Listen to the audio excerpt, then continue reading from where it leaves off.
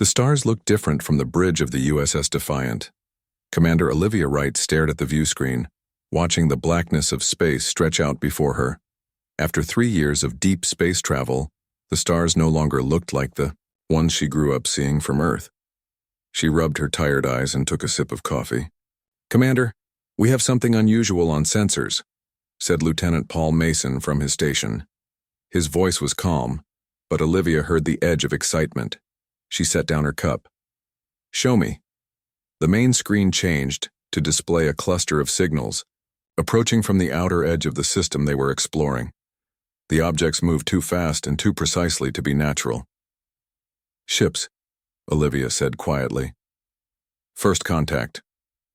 For decades, humanity had searched the stars for signs of intelligent life. They had sent signals, built better telescopes, and finally developed engines capable of reaching nearby star systems. Now, in the 3rd year of their mission, the crew of the Defiant was about to make history. "Alert status," Olivia ordered. "Not red alert yet, but I want everyone ready. And send a message to Earth immediately." The crew moved with practiced efficiency. No one had expected to find aliens on this mission, but they had trained for the possibility. "Message away, Commander," reported Communications Officer Lisa Daniels. "But it will take 4 days to reach Earth." Olivia nodded. They were on their own. The unknown ships grew closer on the screen. There were 7 of them, 6 smaller vessels surrounding one large ship. They moved in perfect formation, suggesting advanced technology and military precision. "They're scanning us," said Chief Engineer Ben Williams. "Intense energy readings across all frequencies." "Are we being targeted?" Olivia asked. "Not weapons, just scans. Very thorough scans." Olivia straightened her uniform. "Open a channel, standard greeting package." The screen flickered, and then, filled with the image of a creature unlike anything humans had ever seen. It had scaled skin in deep purple and green patterns. Yellow eyes with vertical pupils stared out from a face that reminded Olivia of the lizards she had kept as pets when she was young but larger and clearly intelligent. The alien wore what appeared to be ornate armor with glowing symbols. "This is Commander Olivia Wright of the Earthship Defiant. We come in peace and friendship." The alien tilted its head. When it spoke, its voice was translated by the ship's computer into a harsh, clipped English. "I am High Commander Zexthar of the Krell Dominion. Your vessel has entered territory claimed by the Galactic Hegemony. Identify your species and submit coordinates of your homeworld." Olivia felt a chill. This wasn't a greeting between equals. This was a demand. "We are humans from the planet Earth. We are explorers, not invaders. We didn't know this region was claimed territory." Zexthar made a sound that might have been laughter. "All regions are claimed by the hegemony. Your ignorance of galactic law does not excuse your trespass." The alien leaned forward. "Your vessel's technology is primitive. Yet you've achieved interstellar travel. Interesting.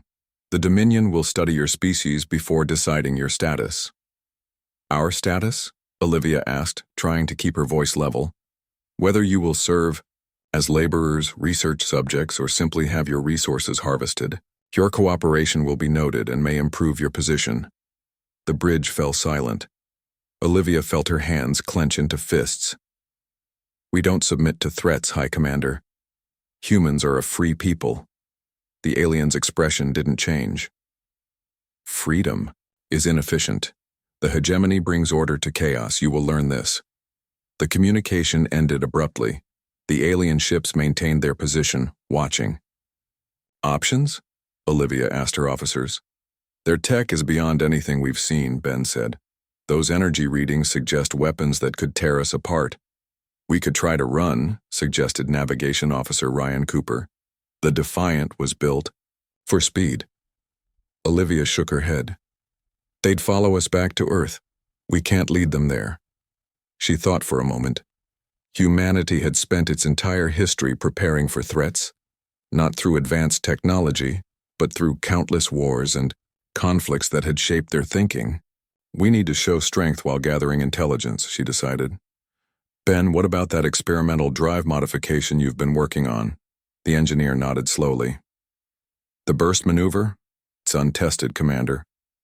Can it give us a short, Advantage in speed and maneuverability? Yes, but only for about 30 seconds before the systems overheat. That might be enough. Olivia turned to Tactical Officer Maria Hill. If we could get close to their smallest ship, could we disable it without destroying it? Maria thought for a moment. A concentrated EMP burst might work. Their systems seem to rely heavily on energy fields we don't fully understand. That's our plan, then. We hit them fast, disable one ship, and extract what information we can before retreating. The crew looked at her with a mixture of fear and determination. They expect us to either flee or surrender, Olivia said. They don't know humans yet. The next few minutes were tense as they prepared.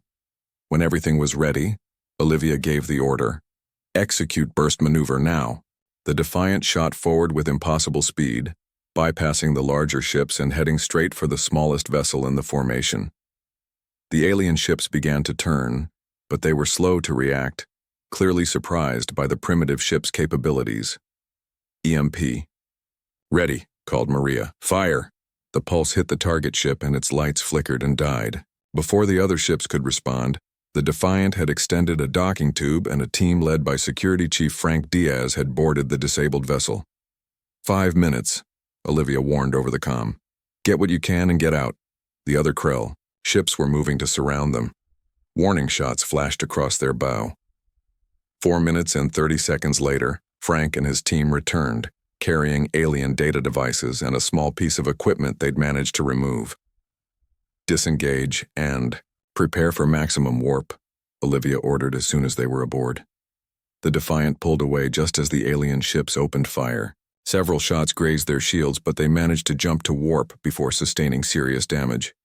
In the aftermath, as they set course for Earth at their highest sustainable speed, Olivia received a transmission. High Commander Zexathar's face filled the screen, rage evident in his yellow eyes. No species has ever dared to attack a Krell vessel. For this act, your entire world will suffer. The Dominion now declares total war on humanity. We will make Earth an example for any who would resist us. The transmission cut off. Olivia turned to her officers, determination in her eyes. Send everything we've learned to Earth as soon as possible. Tell Admiral Carter that the Krell are coming and they're not interested in diplomacy. She looked at the alien technology they had captured. But also tell him we've got something that might help us fight back. The Krell think we're primitive, and that's going to be their biggest mistake.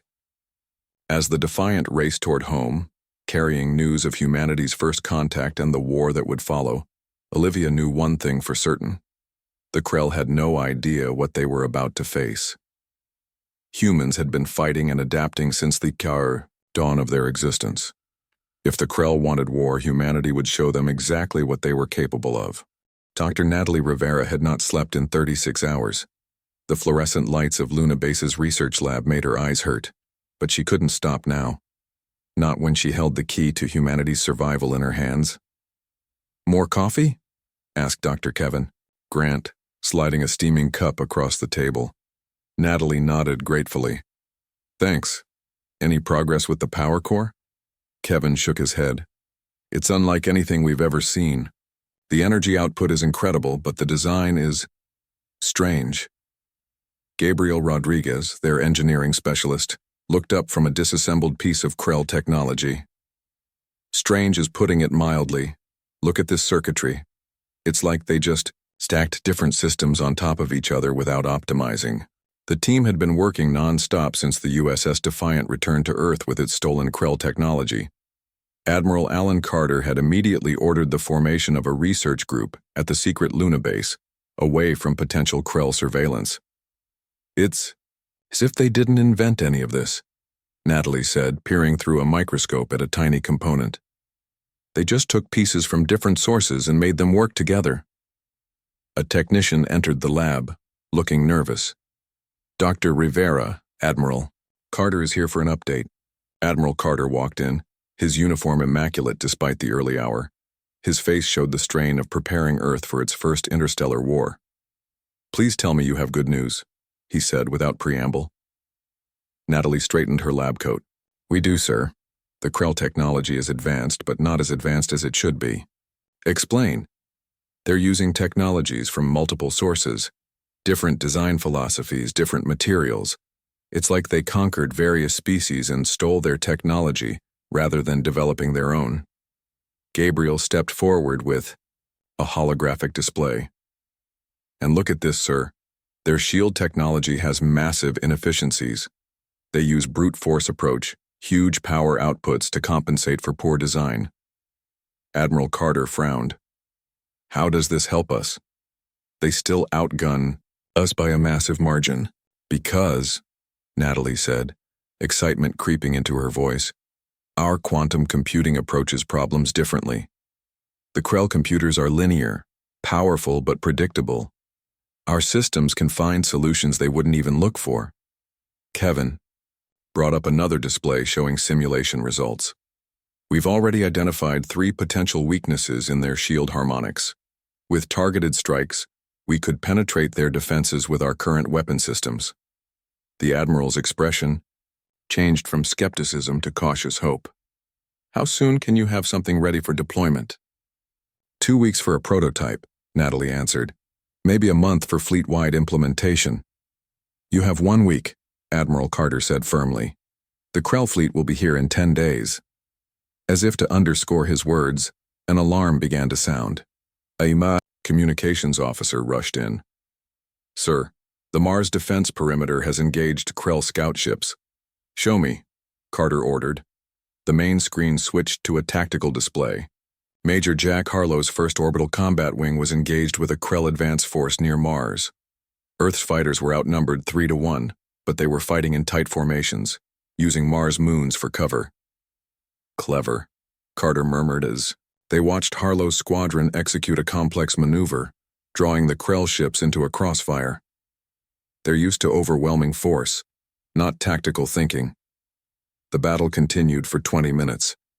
When it ended, the humans had lost 4 ships, but the Krell had lost 12, an exchange rate no one had thought possible. Major Harlow is requesting permission to pursue the retreating Krell vessels, the communications officer reported. Denied, Carter said immediately. Tell him to hold position and prepare for the next wave. We need to conserve our forces. He turned back to the research team. You see what we're up against. Our pilots can outfight them, but we need a technological edge to even the odds. We'll have it, sir, Natalie promised. After the Admiral left, the team worked with renewed urgency. Gabriel pulled apart more Krell components, mapping their functions. Kevin ran simulations on their quantum systems, looking for vulnerabilities. Natalie coordinated it all, piecing together the overall picture of Krell technology. By the 3rd day, they had made a breakthrough. The shield harmonics change in a predictable pattern, Natalie explained to her team. If we can time our weapons to hit at precisely the right moment in the cycle, we can penetrate their shields with a fraction of the power they expect us to need. Like hitting a spinning wheel through the gaps in the spokes, Gabriel said. Exactly. But we need to get close to them, too close for comfort. Their weapons will tear apart any ship that tries to deliver this package. Kevin frowned. What about the Defiant? It's the fastest ship we have. Natalie nodded slowly. It could work, but it would be nearly suicidal. The discussion was interrupted by another alert. This time the news was worse. The Krell main fleet had been detected passing Jupiter's orbit. They would reach Earth in less than 5 days. On the other side of the base, Colonel Samantha Powell was pushing Earth's ground forces to their limits. Her training facility was designed to prepare soldiers for the unthinkable, fighting aliens on home soil. Faster, she shouted as Marines ran through a complex obstacle course. The Krell won't wait while you catch your breath. Her second-in-command, Captain Ryan Burke, approached with a tablet. Latest intelligence from the Defiance Data Corps, ma'am. The Krell ground troops are heavily armored but slow. They rely on formation fighting and overwhelming firepower. Samantha smiled grimly. Then we'll hit them where they aren't looking and never stop moving. Urban warfare guerrilla tactics make them fight on our terms. She watched as her soldiers practiced with new weapons designed to target Krell vulnerabilities. We need to hold them off long enough for the science team to deploy their solution. Back in the lab, Natalie and her team finally had a working prototype, a device they called Achilles, designed to exploit the one weakness they'd found in the seemingly invincible Krell shields. "It's ready for testing," Natalie told Admiral Carter when he returned. "But as I said, delivery is the problem. We need to get within close range of their command ships." Carter nodded. "I've already spoken with Commander Wright. The Defiant is being prepared for a special mission." "Sir, there's something else you should know," Gabriel added. "We've analyzed their communication protocols. The Krell have a rigid command structure. If we can take out their flagship, the rest of the fleet will be thrown into disarray." "A single point of failure," Carter mused, typical of a species that values control above all else. As they spoke, the first Krell ships appeared in Earth orbit. The war for humanity's survival was about to begin in earnest. Natalie looked out, the window at Earth glowing blue and green in the darkness. "Are we ready for this, sir?" she asked quietly. Admiral Carter's face was resolute. "Ready or not, Dr. Rivera, this fight is coming. And if there's one thing humans know how to do, it's fight against the odds." The lights dimmed as Luna Base switched to battle stations. Throughout the solar system, humanity prepared to defend its home against an enemy that thought victory was assured, an enemy that didn't yet understand what they had awakened. The sky over New York City burned red with the reflection of orbital fire. Supreme General Kavar watched from the bridge of his massive warship as the human defense satellites were systematically destroyed. One by one, the primitive weapons platforms fell silent. "Their orbital defenses are weaker than anticipated," Kavar said, his scaled skin gleaming under the ship's harsh lights. "This species is barely worth our attention." His second-in-command, Sub-Commander Vex, nodded in agreement. The scout ships reported stronger resistance at Mars. Perhaps they concentrated their forces there. "A foolish strategy," Kavar replied. "Begin landing operations in their major population centers. I want this planet secured within one rotation. Drop." Ships launched from the Krell vessels, descending toward Earth like metallic rain. Each carried a full battalion of Krell soldiers, tall, armored reptilians armed with energy weapons that could melt through concrete.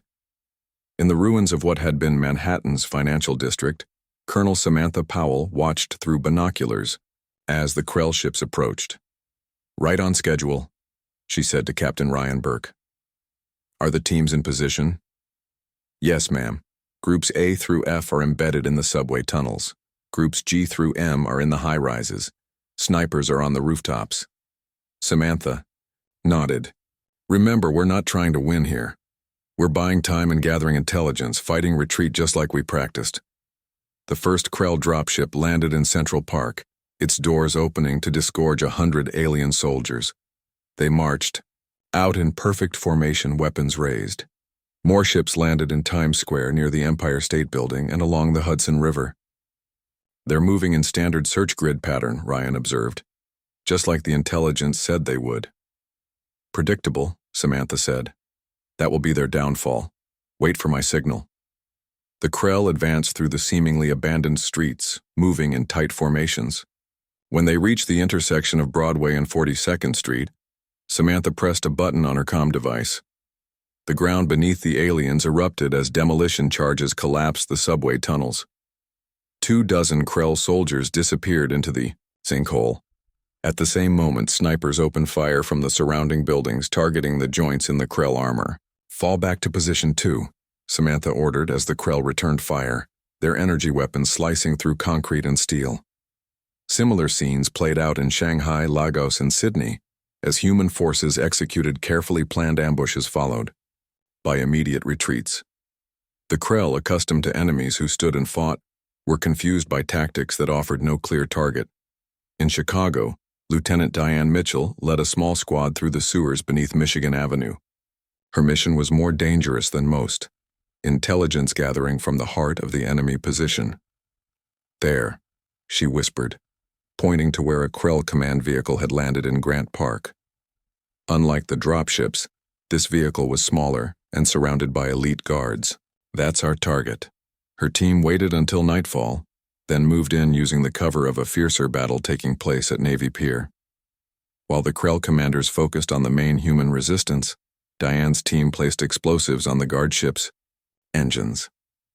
The resulting explosion created just enough confusion for them to slip aboard, eliminate the skeleton crew, and download crucial data from the ship's computers.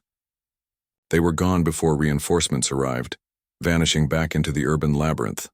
On Luna Base, Dr. Natalie Rivera received the stolen data with excitement. "This confirms our theory," she told Admiral Carter. "The Krell communication network is centralized. Every order must come from the command ship."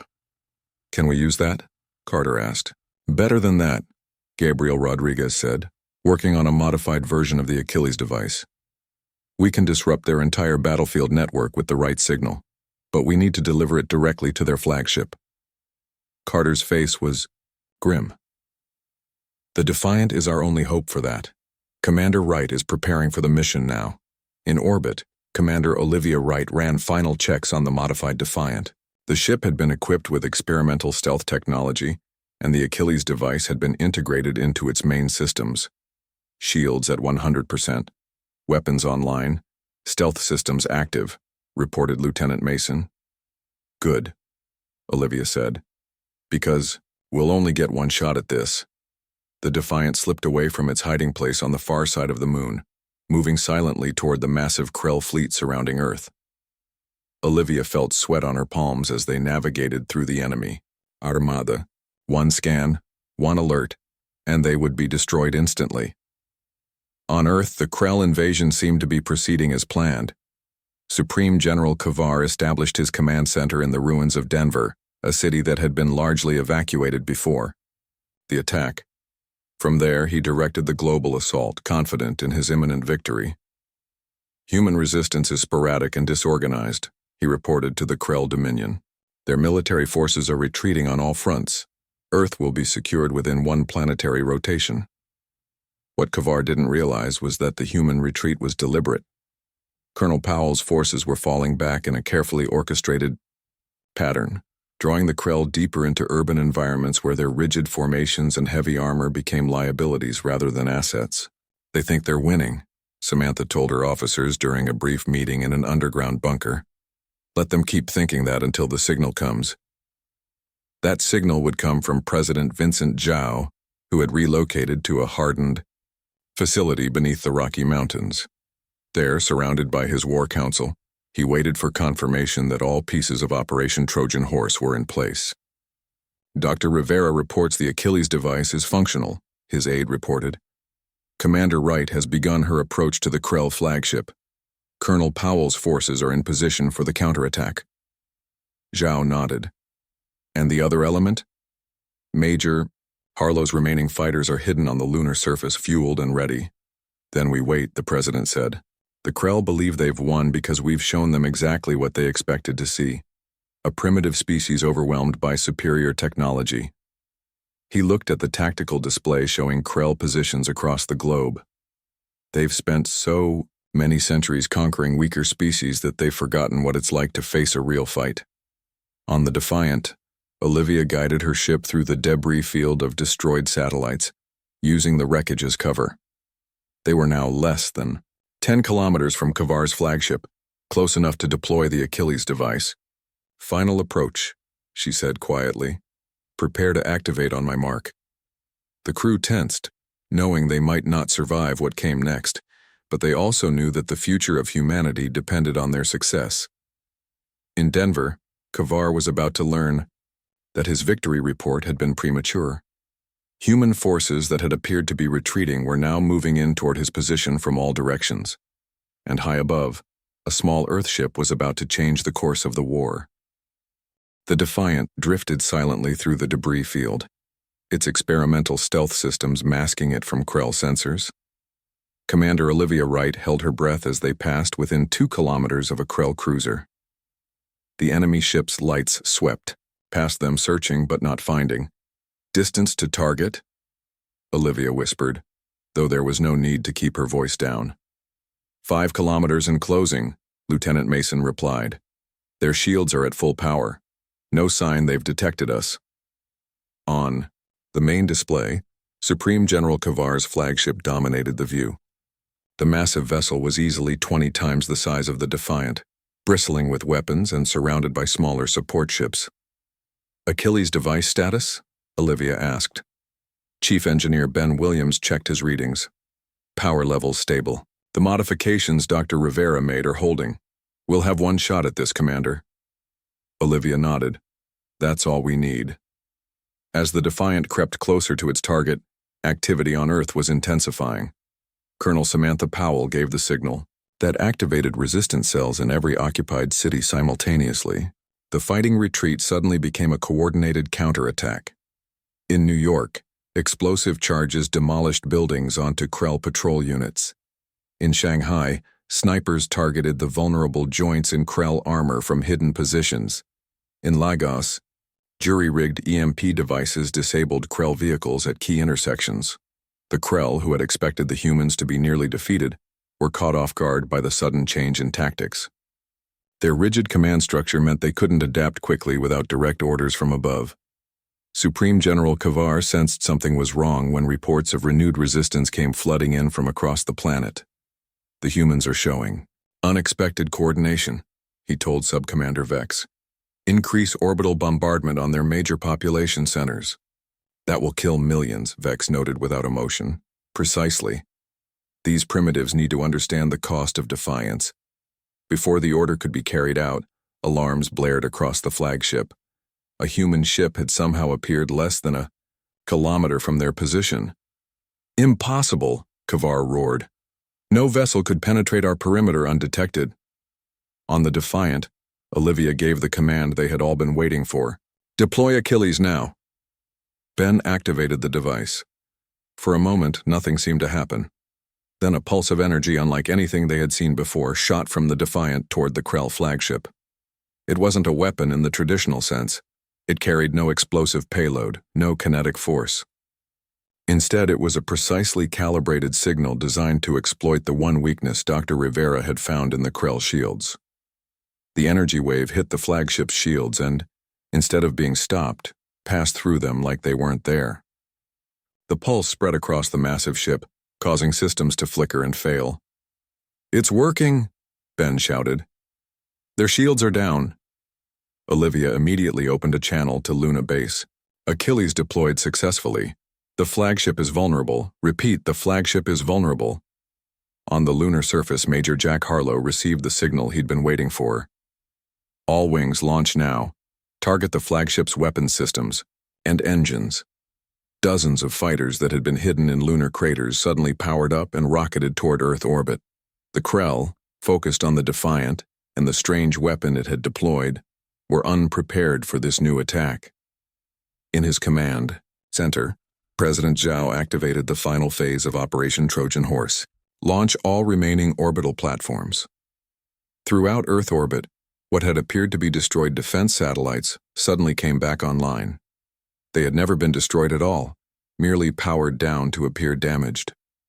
Now they activated weapons systems and opened fire on the Krell fleet from all directions. On the flagship, chaos reigned. Kavar watched in disbelief as his seemingly invincible vessel began taking damage from weapons that should have been ineffective against Krell technology. How is this possible? He demanded. Their weapons are primitive. What Kavar didn't know was that Dr. Rivera had done more than just create the Achilles device. Using the data from Lieutenant Mitchell's raid in Chicago, she had also managed to hack into the Krell battlefield network. Now she broadcast a simple message to every ship in the Krell fleet. Attention all non-Krell species serving aboard Krell vessels. The humans have successfully disabled the flagship's shields and communications. The Dominion is not invincible. This is your chance for freedom. Throughout the fleet, members of subjugated alien species who had been forced to serve, the Krell heard the message. Years of resentment bubbled to the surface. Mutinies broke out on dozens of ships as engineers sabotaged engines, weapons operators refused orders, and some even turned their guns on Krell officers. The Defiant, its mission accomplished, began to pull away from the flagship. But the Krell weren't finished yet. A barrage of energy fire caught the small ship tearing through its hull. Engines down, Ben reported as smoke filled the bridge. Shields failing, we're dead in space. Olivia gripped her chair as the ship shuddered around her. Did we transmit all the data back to Earth? Yes, Commander. Luna Base confirms receipt. Then, we've done our job. Olivia looked at her crew with pride. Prepare evacuation pods. As the Defiant's crew abandoned ship, Major Harlow's fighters swarmed the Krell flagship, targeting its engines and weapon systems with precision strikes. The human pilots flew patterns that confused the Krell targeting computers, which were programmed for predictable enemy behavior. On Earth, Colonel Powell led a direct assault on the Krell Command Center in Denver. Her forces had surrounded the A facility while the Krell were distracted by attacks elsewhere. The shield generators are down, she told her troops. This is our chance to take out their ground command. Move in. Human soldiers, using tactics adapted from centuries of urban warfare, infiltrated the command center from multiple entry points. They moved in small, unpredictable groups using the building's own structure for cover. The Krell guards, trained for open battlefield combat, struggled to respond to enemies who refused to stand and fight in the expected way. They fired powerful weapons down empty corridors while humans slipped behind them. Colonel Powell, leading from the front as always, fought her way to the control room where Supreme General Kavar's second-in-command was directing the ground war. When the door blew open, she was the first one through, firing with deadly accuracy. In orbit, the battle had turned decisively against the Krell. Their flagship, unable to coordinate the fleet, drifted powerless. Major Harlow's fighters, joined by other human vessels that had been held in reserve, systematically disabled the remaining Krell ships. President Zhao received the news with quiet satisfaction. Begin rescue operations for the Defiant's crew, and inform Colonel Powell that her new objective is to capture General Kavar alive if possible. As the human counterattack gained momentum across the globe, the Krell faced a reality they had never encountered before: defeat. Their rigid hierarchy, which had served them well when conquering less resourceful species, became their greatest weakness when facing humanity's adaptive tactics. Supreme General Kavar, watching his invasion force crumble around him, finally realized the magnitude of his error. He had judged humanity by their technology, not their spirit. It was a mistake he would not live down in the annals of Krell history. The war for Earth had reached its turning point. 3 months after what people now called the Battle of Earth, Admiral Olivia Wright stood on the bridge of a new ship. The USS Independence was unlike anything humans had built before. Its sleek hull combined Earth materials with salvaged Krell technology, creating a vessel that could match any in the galaxy. Status report, Olivia said, looking at the stars through the view screen. They looked different again, not like Earth stars, and not like the ones she had seen on her first deep space mission. These were the stars of the Krell home system. All systems functioning perfectly, Admiral, replied Lieutenant Mason, now her first officer. The hybrid drives are operating at 120% of expected capacity. Olivia nodded. After the defeat of the Krell invasion fleet, humanity had not rested. Dr. Natalie Rivera and her team worked day and night to understand and improve upon the alien technology they had captured. The result was ships like the Independence, vessels that combined human ingenuity with Krell power. Message from Earth, Admiral, announced Communications Officer Lisa Daniels. President Zhao sends his regards and wishes us success on our diplomatic mission. Diplomatic mission. The word still felt strange to Olivia. 3 months ago, she had been fighting for humanity's survival. Now she led a delegation to the Galactic Council, a body that, until recently, had dismissed humans as primitive savages, unworthy of recognition. In the ship's conference room, Dr. Rivera reviewed her notes with the other delegates. She had made the most significant discovery of all during their analysis of Krell records. The Krell have been suppressing technological advancement across the galaxy for millennia, she explained to Olivia when she joined them. They conquered species, stole their technologies, and then prevented them from developing further. Why? Olivia asked. Fear, Gabriel Rodriguez answered. They were afraid that if other species continued to innovate, they might develop weapons or defenses the Krell couldn't counter. So they created the illusion of overwhelming technological superiority, Natalie added. But it was just that, an illusion. They were parasites, not innovators. On Earth, the rebuilding continued. Colonel, now General, Samantha Powell oversaw the integration of Krell technology into Earth's defense systems. Cities damaged in the invasion were being reconstructed with new materials and designs. Major Jack Harlow trained a new generation of pilots on captured and modified Krell fighters. The small, agile craft combined human controls with alien power systems, creating vessels that could outmaneuver anything in known space. But perhaps the most surprising development was happening in a secure facility beneath the Rocky Mountains. There, Supreme General Kavar sat across from President Zhao, the once proud Krell leader now a prisoner of war. "Your species continues to confound me," Kavar said, his voice lacking the arrogance it once held. "You have defeated us, yet you do not execute me or parade me as a trophy. That's not how we do things," Zhao replied simply. "We want to understand you, not destroy you." "Understanding is weakness," Kavar recited, though his tone suggested he no longer believed this Krell. "Maxim. And yet here we are," Zhao said. "You defeated us, seeking understanding. Which approach seems stronger now?" The Krell leader had no answer. The Independents arrived at the coordinates for the Galactic Council's meeting place, a massive space station orbiting a neutral star. Ships from dozens of species filled the approach lanes, each representing worlds that had lived under Krell domination for generations. "They're all watching us," Ben Williams observed from his engineering station. "We're the species that did what no one else could." Olivia straightened her uniform. "Then let's not disappoint them." The human delegation was led into the council chamber, a vast hall with representatives from every known spacefaring species.